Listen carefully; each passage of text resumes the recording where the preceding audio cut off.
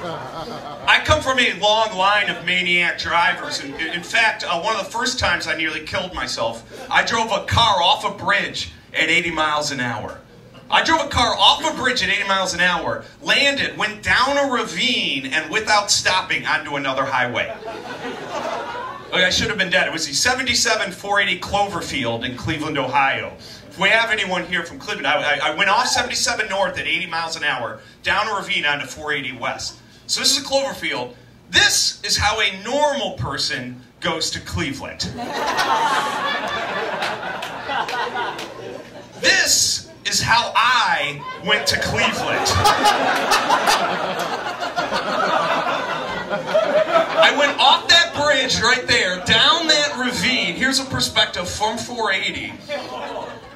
And it was just like the craziest situation. It was the first time I'd ever driven in a blizzard, which, first of all, had to look weird to those people on 77 North, because I was just driving way too fast.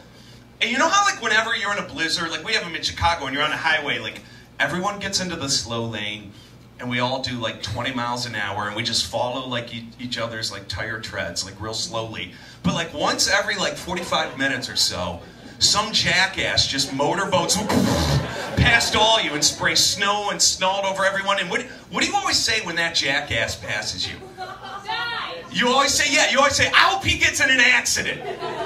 I hope that son of a bitch gets in an accident the way he's driving. So imagine those people in 77 North who yell, I hope he gets in an accident, and then they just see me go off a bridge and disappear. Jesus, Lord, I didn't mean for you to erase him off the face of the earth. I just kind of wanted his rates to go up. We do that. We go off a bridge. We're now going 70 miles an hour down a ravine. And I've always had this feature about me where no matter what's going on in life, like I never panic. I'm almost weirdly calm, you know, and my passengers are just screaming in the back at the top of their lungs. And I turn to them and I say, I've lost control of the car.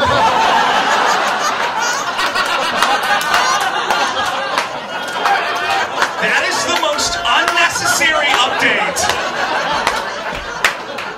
you will ever receive. Yeah, no shit, Bo, dude. We're currently off-roading in an 87 Cavalier. Like, I'm pretty sure you didn't mean to hang that hard right, you know? And we're going down this ravine at 80 miles an hour. I don't know how to, like, stop my car. My brakes aren't working. You know, I'm trying to steer. You know, we're just heading down this ravine.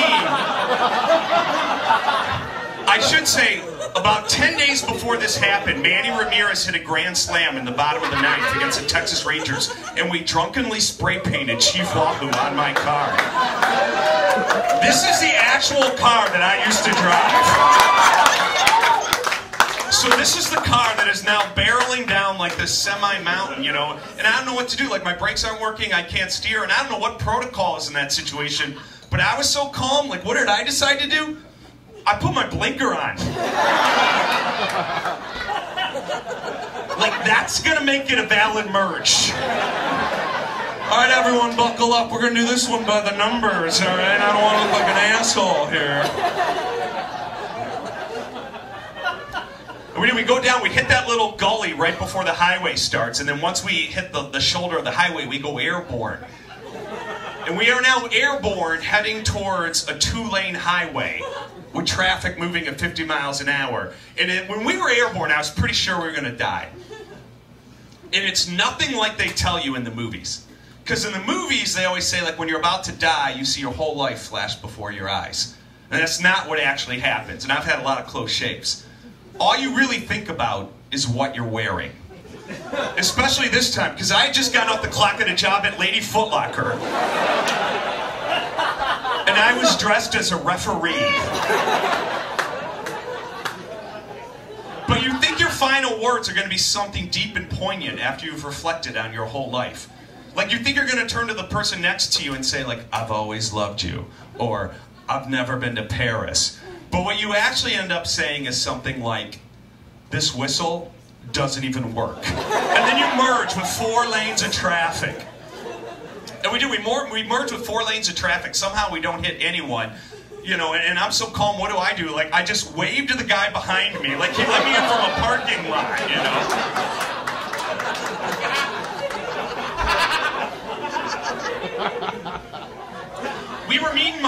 my family at a Cleveland Browns game, and the people who were in the car were all panicking, and I told my Uncle Pete that, the priest, and he goes, "Oh yeah, the quick way. I did that once in a moving van," and then he just walked away, you know.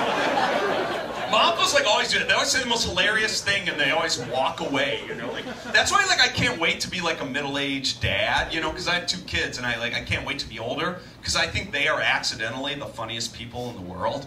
You know, like my dad would always walk in, say something, and walk out of the room, and it'd be 10 times funnier than anything any comic could ever write.